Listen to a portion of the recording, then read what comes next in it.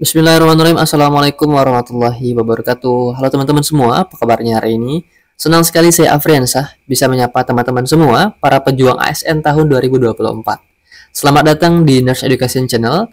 Buat kalian yang baru bergabung di channel ini, yuk bantu channel ini dengan cara tekan tombol subscribe-nya karena subscribe itu gratis.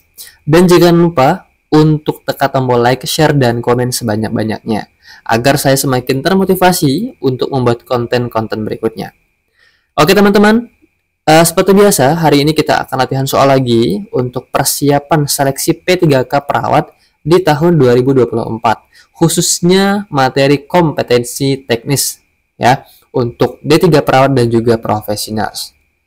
Oke teman-teman, untuk mempersingkat waktu ada baiknya kita langsung saja ke contoh soalnya.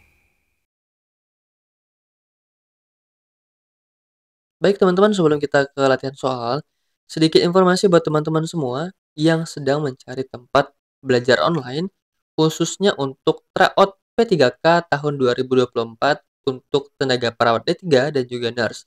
Kami dari Nurse Education Channel sedang membuka tryout untuk latihan soal persiapan P3K tahun 2024.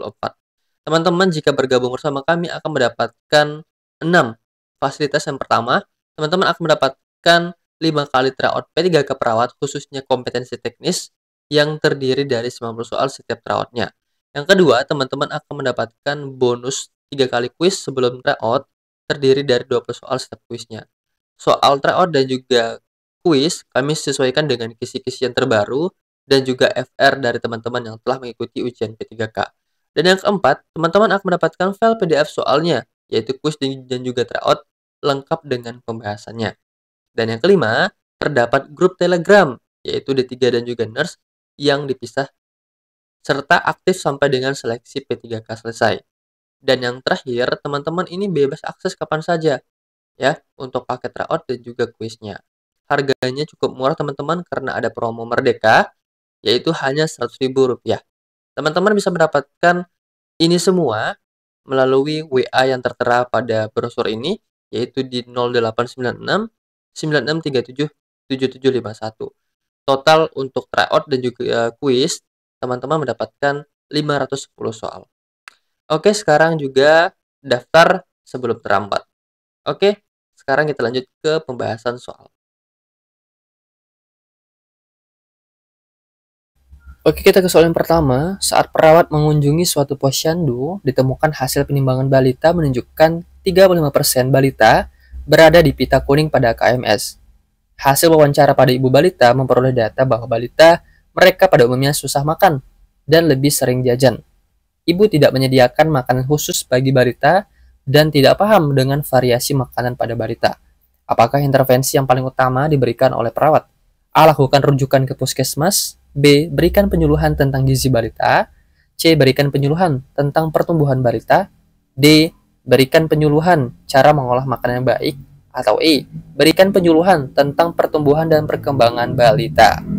Baik teman-teman, di soal yang pertama adalah berkaitan dengan intervensi keperawatan pada komunitas. Ya, yang dimana di soal dikatakan bahwa seorang perawat ini mengunjungi sebuah posyandu. Maka didapatkanlah kasus bahwa 35% balita di daerah tersebut berada pada garis kuning pada KMS. Nah, pada saat wawancara dengan ibu balita bahwa balita ini susah makan dan lebih sering jajan, serta ibunya ini tidak menyediakan makanan khusus karena tidak paham dengan variasi makanan pada balita. Nah, inilah masalah yang terjadi pada pada komunitas ini. Ya, inilah masalah yang terjadi pada komunitas ini. Nah, apa bentuk intervensi kita yang paling utama melihat data dari soal ini? Baik teman-teman, di soal yang pertama di sini, salah satu masalah keperawatan komunitas yang sangat penting adalah berhubungan dengan status gizi. Ya, status gizi apa? Status gizi balita. Ya, karena kata kuncinya adalah balita ini berada di garis kuning atau di pita kuning pada KMS. Serta hasil wawancara pada ibu balita memperoleh data bahwa balita mereka pada umumnya susah makan, serta lebih sering jajan. Dan ibu tidak menyediakan makanan khusus bagi balita dan tidak paham dengan variasi makanan. Sehingga bentuk intervensi paling utama adalah memberikan edukasi atau memberikan penyuluhan tentang gizi balita mereka. Ya, sehingga jawaban yang bisa kita pilih adalah yang B, yaitu berikan penyuluhan tentang gizi balita. Mengingat hasil nilainya cukup tinggi, yaitu 35%. Ya, yang dimana balita mereka itu berada di garis kuning KMS. Ya, sehingga jawaban yang tepat adalah yang B ya teman-teman. Option A, lakukan rujukan ke puskesmas. Nah, ini kurang tepat. Ya. Option C, berikan penyuluhan tentang pertumbuhan balita. Nah, ini juga kurang tepat dengan masalahnya, yang dimana paling umum adalah tentang gizinya. Option D, berikan penyuluhan cara mengolah makanan yang baik. Nah, ini kurang tepat. Makanan yang baik itu kan banyak ya, jadi tidak ada prioritasnya di option D. Apakah makanan khusus balita atau seperti apa? Jadi bisa kita eliminasi ya. Option A, berikan penyuluhan tentang pertumbuhan dan perkembangan balita.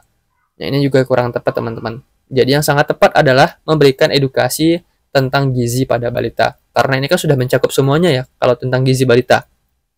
Ya, bagaimana berat badan idealnya, bagaimana cara mengolah makanan, bagaimana memilih makanan yang baik untuk balita. Nah, ini sudah ter-include semuanya dengan penyuluhan ini. Oke, sekarang kita lanjut ke soal berikutnya. Baik teman-teman, kita ke soal nomor 2. Hasil survei kesehatan di sebuah kelurahan didapatkan data dari 100 responden, 54% atau 54 anak menderita ISPA. 12% atau 12 anak imunisasinya tidak lengkap, serta ada 2% menderita TBC yaitu anak-anak. Dari 100 responden, 34% pengetahuan tentang gizi balitanya rendah dan 39% perilaku kurang baik dalam pemenuhan gizi balita. 34% perilaku kurang baik tentang penyakit infeksi, dan 44% kunjungan posyandu balita rendah. Apakah masalah keperawatan komunitas utama pada kasus di atas? A. Coping ibu balita tidak efektif. B. Pola pemberian nutrisi yang tidak efektif. C. Perilaku pencarian pelayanan kesehatan tidak efektif. Atau D. Resiko peningkatan penyakit infeksi yaitu ISPA, diare, dan TB. E. Defisiensi pengetahuan dan keterampilan tentang kesehatan balita. Oke teman-teman, di soal nomor 2 kita disuruh menegakkan masalah keperawatan komunitas utama pada kasus ini. Ya, datanya cukup banyak. Ya, sekarang kita telah satu persatu ya. Di soal dikatakan bahwa dari 100 responden di sebuah kelurahan ada 54 anak menderita ISPA. Oke, ini data yang pertama ya. Lalu yang data yang kedua adalah 12 anak imunisasinya tidak lengkap dan ada 2% menderita TBC. Nah, dari 100 responden ini, ya, ada 34% pengetahuan tentang gizi balitanya rendah. Nah, ini cukup tinggi ya nilainya 34%. Dan 39%-nya perilaku kurang baik dalam pemenuhan gizi balita. Serta ada 34% perilaku kurang baik tentang penyakit infeksi dan 44% kunjungan posyandu balita rendah. Nah, kira-kira apa masalah keperawatan komunitasnya? Nah, jika melihat data ini, maka hal yang patut menjadi masalah keperawatan utama pada komunitas ini adalah berhubungan dengan penyebaran infeksi atau penyebaran penyakit. Ya, karena dikhawatirkan ya ada 2 anak yang menderita TBC ini dapat menularkan kepada anak-anak yang memiliki kasus imunisasi tidak lengkap, yaitu sebanyak 12%. Ya, serta 54% menderita ISPA. Nah, ini kan sangat berisiko tinggi ya untuk terjadinya penularan pada kasus TBC. Ini yang pertama. Yang kedua adalah ada 34% pengetahuan. Ya, kurangnya pengetahuan tentang gizi balita. Serta ada 39% perilaku yang kurang baik dalam pemenuhan gizi balita. Nah, ini kan sangat berisiko tinggi untuk terjadinya penyebaran penyakit. Ya, yang pertama adalah imunisasi yang tidak lengkap. Yang kedua, pemenuhan gizinya kurang. Yang ketiga adalah pengetahuan tentang gizi balitanya juga rendah. Ya, dan ada data bahwa kunjungan posyandu balita juga rendah.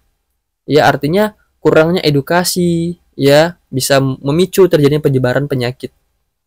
Ya, dan ada 34% perilaku kurang baik tentang penyakit infeksi misalnya ya. Misalnya mungkin tidak paham akan cuci tangan, tidak paham bagaimana cara batuk efektif, memakai masker pada saat ISPA atau pada saat uh, penderita TBC ini ya. Maka hal atau masalah keperawatan komunitas utama melihat kasus ini adalah resiko peningkatan penyakit infeksi, yaitu berupa ISPA, diare, dan tuberkulosis. Sehingga jawaban yang sangat tepat untuk soal nomor 2 di sini adalah yang D. Ya, karena di sini sudah mencakup masalah yang terjadi pada kasus ini. Ya, option A, coping ibu balita tidak efektif. Nah, ini tidak ada data yang menunjukkan hal tersebut. Ya, option B, pola pemberian nutrisi yang tidak efektif. Nah, ini hanya fokus kepada nutrisinya saja. Option C, perilaku pencarian pelayanan kesehatan tidak efektif. Nah, ini juga kurang tepat karena tidak ada data bahwa mereka ini kesulitan aksesnya. Option A, defisiensi pengetahuan dan keterampilan tentang kesehatan balita. Nah, ini juga kurang tepat, teman-teman. Jadi, hal yang paling penting adalah yang D, yaitu resiko peningkatan penyakit infeksi. Nah, di situ nanti bisa kita lakukan intervensi berupa edukasi, bagaimana cara berperilaku yang baik tentang penyakit infeksi, bagaimana memotivasi posyandu datang ke posyandu gitu ya. Jadi soal nomor 2 adalah yang D. Oke teman-teman, bisa ya. Sekarang kita lanjut ke soal nomor 3. Oke teman-teman, kita ke soal nomor 3. Seorang perawat sedang mengkaji sebuah RW dan didapatkan data 25% dari 60 anak usia sekolah mengeluh sering batuk pilek. Dari data kunjungan pasien di puskesmas terbanyak adalah penyakit ISPA. Selanjutnya perawat akan melakukan tindakan untuk memastikan masalah kesehatan dari keluhan yang dilaporkan dengan melakukan screening kesehatan dan identifikasi resiko. Apakah nama level pencegahan yang dilakukan perawat di atas? A. Pencegahan primer, B. Pencegahan tersier, C. Pencegahan sekunder, D. Pemberdayaan atau empowerment, E. Intervensi profesional keperawatan. Baik teman-teman, di soal nomor 3 adalah berkaitan dengan keperawatan komunitas, yang dimana berkaitan dengan level pencegahan. Jadi teman-teman, terdapat 3 tingkat pencegahan pada komunitas. Yang pertama adalah pencegahan primer. Ya, pencegahan primer adalah salah satu bentuk pencegahan yang ditunjukkan kepada penghentian penyakit sebelum terjadi. Ya, misalnya adalah untuk mencakup peningkatan derajat kesehatan secara umum dan perlindungan spesifik. Misalnya adalah promosi kesehatan, ya, atau pendidikan kesehatan atau teaching group, ya. Seperti contohnya penyuluhan gizi balita atau memberikan imunisasi. Nah, juga termasuk pencegahan dari primer. Yang kedua adalah pencegahan sekunder. Nah, pencegahan sekunder adalah salah satu bentuk pelayanan pencegahan yang dibuat untuk mendeteksi suatu penyakit lebih awal, ya, agar mengobati secara tepat di awal, sehingga mengurangi faktor-faktor risiko yang akan terjadi, seperti misalnya pemeriksaan kesehatan secara berkala ya pada posyandu lansia, atau bentuk screening kesehatan dan juga identifikasi risiko yang akan terjadi. Nah, yang ketiga adalah pencegahan tersier. Nah, pencegahan tersier di sini adalah salah satu bentuk meningkatkan kualitas hidup seseorang yang mungkin terjadi suatu penyakit yang mencakup pembatasan kecacatan, ya, dalam tanda kutip kecacatan, kelemahan pada seseorang dengan stadium dini dan juga proses rehabilitasi pada seseorang, ya. Misalnya adalah mengajarkan ROM pada pasien stroke atau mengajarkan latihan fisik pada pasien patah tulang. Nah, itu merupakan salah satu bentuk pencegahan tersier. Oke teman-teman, balik pada soal bahwa dikatakan di sini perawat akan melakukan screening kesehatan dan identifikasi risiko pada pasien ini. Nah, salah satu bentuk strategi intervensi keperawatan komunitas pada kelompok ini adalah level pencegahan apa teman-teman, berdasarkan penjelasan saya tadi, adalah pencegahan sekunder. Ya, untuk mengidentifikasi awal faktor-faktor risiko yang akan terjadi. Sehingga jika suatu masalah sudah ditemukan, maka pengobatannya akan lebih tepat. Ya, sehingga jawaban yang tepat adalah yang C ya. Oke, sekarang kita lanjut ke soal berikutnya. Baik teman-teman, kita ke soal nomor 4. Seorang perawat di desa Mengkudu ingin melakukan pemeriksaan darah rutin pada warga desa tersebut. Dalam melaksanakan kegiatan tersebut, perawat bekerja sama dengan tim kesehatan yang lain. Peran perawat pada kasus tersebut adalah A. Edukator, B. Konselor, C. Kolaborator, D. Manajer kasus, atau E. Advokat. Oke teman-teman, di soal nomor 4 ini berkaitan dengan fungsi perawatan pada komunitas atau peran perawat pada komunitas ya. Nah, di soal dikatakan bahwa perawat akan melakukan pemeriksaan darah rutin pada warga desa, ya, yang dimana dalam kegiatan tersebut perawat ini akan bekerja sama dengan tim kesehatan yang lain. Nah, artinya apa? Artinya perawat akan berkolaborasi dengan tim kesehatan yang lainnya. Maka jika melihat dari optionnya, maka peran perawat di sini adalah berkolaborasi atau sebagai kolaborator. Sehingga jawaban yang tepat adalah yang C ya, yaitu kolaborator. Karena kolaborasi itu diadaptasi dari bahasa Inggris ya, maka perannya adalah kolaborator. Option A, edukator. Nah, ini diadaptasi dari istilah edukasi ya, adalah salah satu bentuk peran perawat yang berguna untuk melakukan pembelajaran atau memberikan pendidikan ya. Option B, konselor. Nah, ini konselor adalah salah satu bentuk perawat sebagai konseling ya, yaitu membantu klien untuk menyadari dan mengatasi tekanan berkaitan dengan psikologis atau masalah sosial ya. Option E, advokat. Nah, advokat di sini sebagai bentuk memenuhi hak dan tanggung jawab ya, hak-hak dari pasien untuk menginterpretasikan informasi ya yang berkaitan dengan kesehatannya ya. Oke, sekarang kita lanjut ke soal berikutnya. Kita ke soal nomor 5. Di desa A terjadi wabah diare karena kebiasaan warga sekitar membuang sampah di sungai. Air minum kebutuhan sehari-hari juga diambil dari sungai tersebut. Oleh karena itu, perawat komunitas memberikan penyuluhan dan mendemonstrasikan pembuatan oralit yang benar. Apakah upaya kesehatan yang dilakukan perawat tersebut? A. Promotif, B. Kuratif, C. Rehabilitatif, D. Preventif primer, atau E. Kognitif. Baik teman-teman, di soal nomor 5 berkaitan dengan upaya keperawatan pada komunitas. Nah, yang dimana terdapat 4 upaya ya, yang dimulai dari upaya promotif, preventif, kuratif, dan rehabilitatif. Nah, di soal ini dikatakan bahwa perawat akan memberikan penyuluhan atau edukasi serta mendemonstrasikan pembuatan oralit yang benar. Karena di soal ini ya terjadi wabah diare. Artinya sudah terjadi penyakit ya, sudah terjadi penyakit wabah diare. Nah, perawat ini akan mendemonstrasikan pembuatan oralit yang benar. Maka kira-kira upaya kesehatan yang dilakukan perawat tersebut adalah apa? Baik teman-teman, sekarang kita jelaskan satu persatu dulu ya, berkaitan dengan upaya keperawatan pada komunitas. Yang pertama adalah preventif. Ya, yang dimana, upaya promotif ya. Upaya promotif adalah untuk meningkatkan kesehatan individu.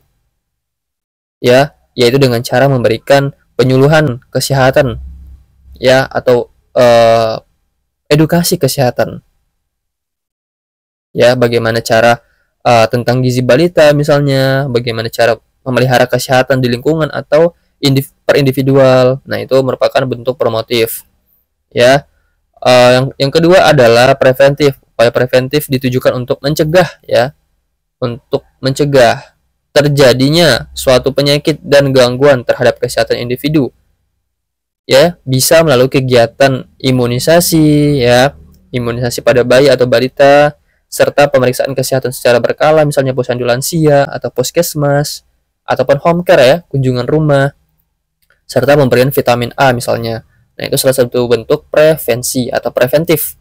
Ya, lanjut, upaya yang ketiga adalah kuratif. Nah, kuratif ini ditujukan untuk merawat dan mengobati anggota-anggota keluarga yang sakit atau kelompok ya yang menderita suatu penyakit atau masalah kesehatan. Misalnya perawatan pasien di rumah ya. Yang kedua misalnya melakukan perawatan payudara atau perawatan tali pusat pada bayi yang baru lahir ya.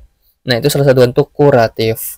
Dan yang keempat adalah upaya rehabilitatif, yang dimana salah satu bentuk upaya pemulihan kesehatan bagi penderita-penderita yang dirawat di rumah maupun terhadap kelompok-kelompok tertentu yang menderita penyakit yang sama, misalnya kusta, TBC ya. Maka salah satu bentuk kegiatan rehabilitatif misalnya adalah latihan fisik pada pasien yang mengalami gangguan fisik seperti pasien stroke atau patah tulang ya. Nah, itu salah satu bentuk upaya rehabilitatif.